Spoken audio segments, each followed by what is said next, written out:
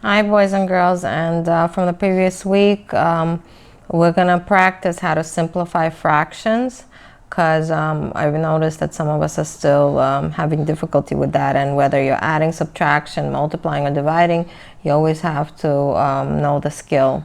So here we go. There's a wonderful video that I want you to watch in addition to that to give you extra practice. But basically you're going to list all the factors of your numerator and your denominator.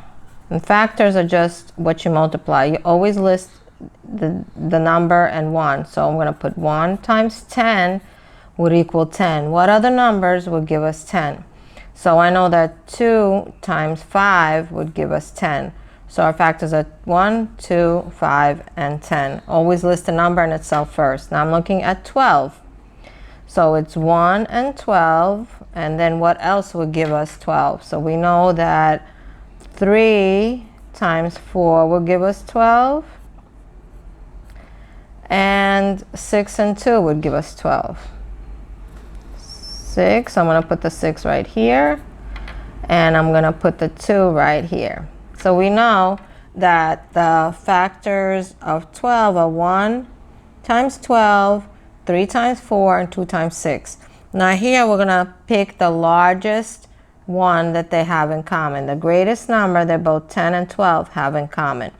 And as you can see, the largest number that they have that's the same is 2. Both 10 and 12 have the number 2. Now you obviously can put them in any order, but if you list it from least to greatest, it's just easier.